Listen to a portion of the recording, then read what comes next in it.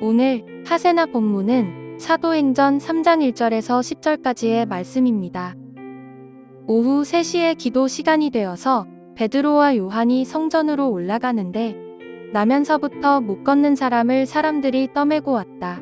그들은 성전으로 들어가는 사람들에게 구걸하게 하려고 이 못 걷는 사람을 날마다 아름다운 문이라는 성전 문 곁에 앉혀놓았다. 그는 베드로와 요한이 성전으로 들어가려는 것을 보고 구걸을 하였다. 베드로가 요한과 더불어 그를 눈여겨보고 그에게 말하였다. 우리를 보시오.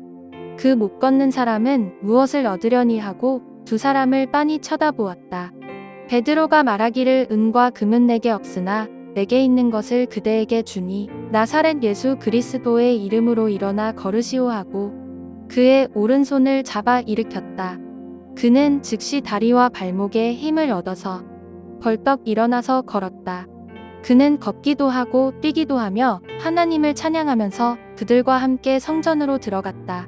사람들은 모두 그가 걸어다니는 것과 하나님을 찬양하는 것을 보고 또 그가 아름다운 문 곁에 앉아 구걸하던 바로 그 사람임을 알고서 그에게 일어난 일로 몹시 놀랐으며 이상하게 여겼다. 어제 우리는 사도들을 통하여 놀라운 일과 표징이 많이 일어난 사실에 대해서 묵상을 했는데요. 오늘은 그 구체적인 사례를 소개하고 있습니다. 바로 베드로가 못 걷는 사람을 고치는 장면입니다. 초기 교회 신도들의 특징 중에 하나는 2장 42절에서 보듯이 기도에 힘썼고 46절에 보듯이 날마다 한 마음으로 성전에 열심히 모였다라는 것입니다. 오늘 하세나의 배경은 그 성전에서 일어난 일에 대한 것입니다. 오후 3시에 기도 시간이 되어서 베드로와 요한이 성전으로 올라갔습니다. 초기의 신도들은 여전히 유대인들의 기도 시간을 따랐는데요. 오늘날로 따지면 오전 9시, 정오, 오후 3시의 기도 시간을 지키고 있었습니다. 이러한 기도의 습관은 다니엘에게서 볼 수 있죠. 다니엘은 바벨론의 포로 생활 가운데서도 예루살렘을 향해 기도했었는데요. 다니엘서 6장 10절에 보면 예루살렘으로 향한 창문을 열어놓고 전에 하던 대로 하루 3번씩 무릎을 꿇고 기도하며 그의 하나님께 감사했다라고 말합니다. 오늘 본문에서는 제사장이 오후 3시에 저녁 번제를 드리는 시간에 유대인들이 성전 뜰에 모여서 기도할 때에 초기 교회 신도들은 성전 뜰 다른 곳에서 같은 시간에 기도를 한 것으로 보입니다. 2절에 나오는 내용은 당시 성전에서 일상적으로 일어난 일에 대한 묘사인데요. 나면서부터 못 걷는 사람을 사람들이 떠매고 왔습니다. 성전으로 들어가는 사람들에게 구걸하도록 하기 위해서였죠. 당시 성전에는 구걸하는 사람이 많았습니다. 예배드리러 오는 사람들이나 자선을 베품으로 공로를 쌓을 수 있다라고 생각하는 사람에게 구걸하기 위함이었습니다. 이 못 걷는 사람은 날마다 아름다운 문이라는 성전 문 곁에 앉아 있었습니다.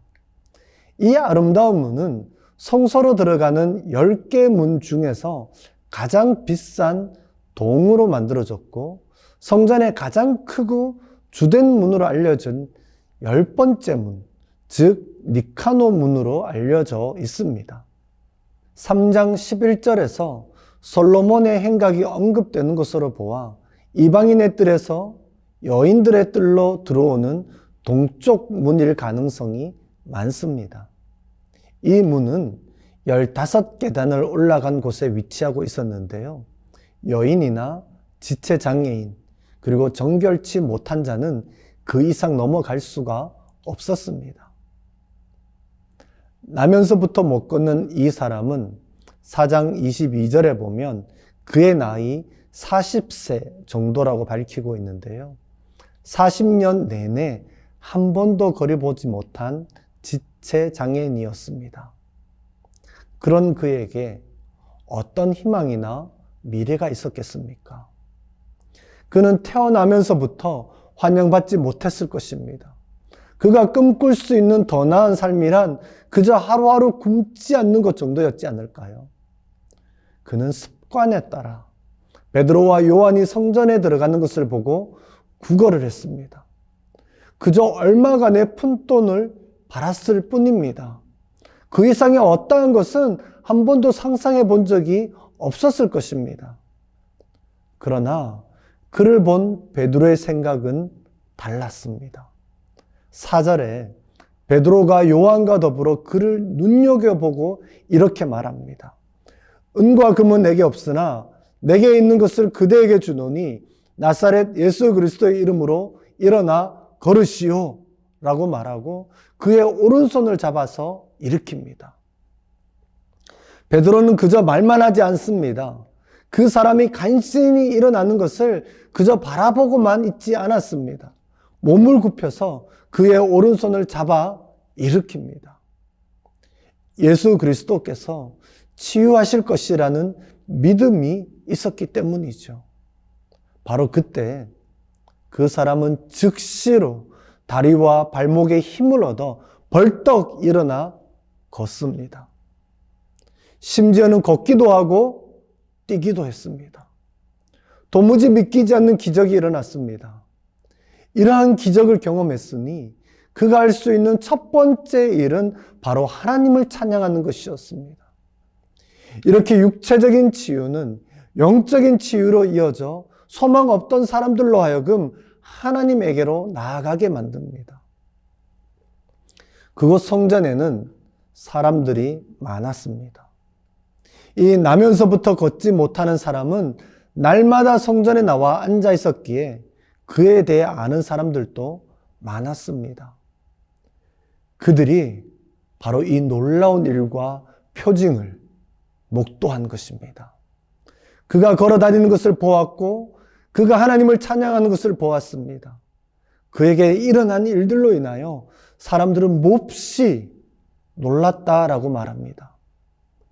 요한복음 14장 12절에 보면 예수님께서 이렇게 말하는 장면이 있죠. 나를 믿는 자는 내가 하는 일을 그도 할 것이요 또한 그보다 큰 일도 하리니. 이 말씀대로 예수님이 행하시던 기적과 치유의 역사를 이제 제자들이 행하기 시작합니다. 바로 예수 그리스도를 믿는 믿음이 이러한 역사를 가능하게 했습니다.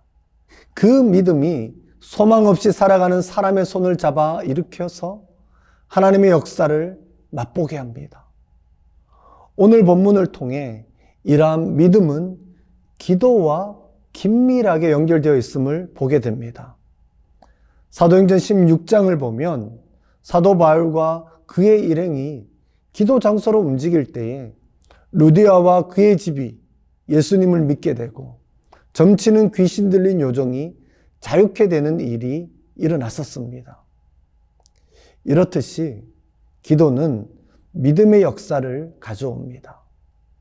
오늘날에도 예수님은 기도를 통해 자신의 놀라운 능력을 행하시는 분이십니다.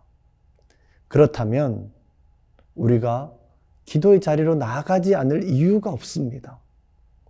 여러분에게는 기도의 장소가 있습니까?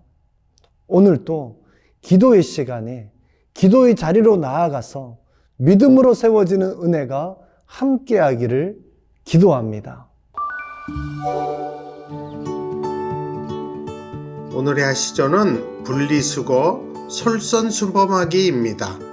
우리 집 분리수거뿐만 아니라 내 이웃의 분리수거를 함께 도와주면 어떨까요? 오늘의 하시조 함께 하시죠.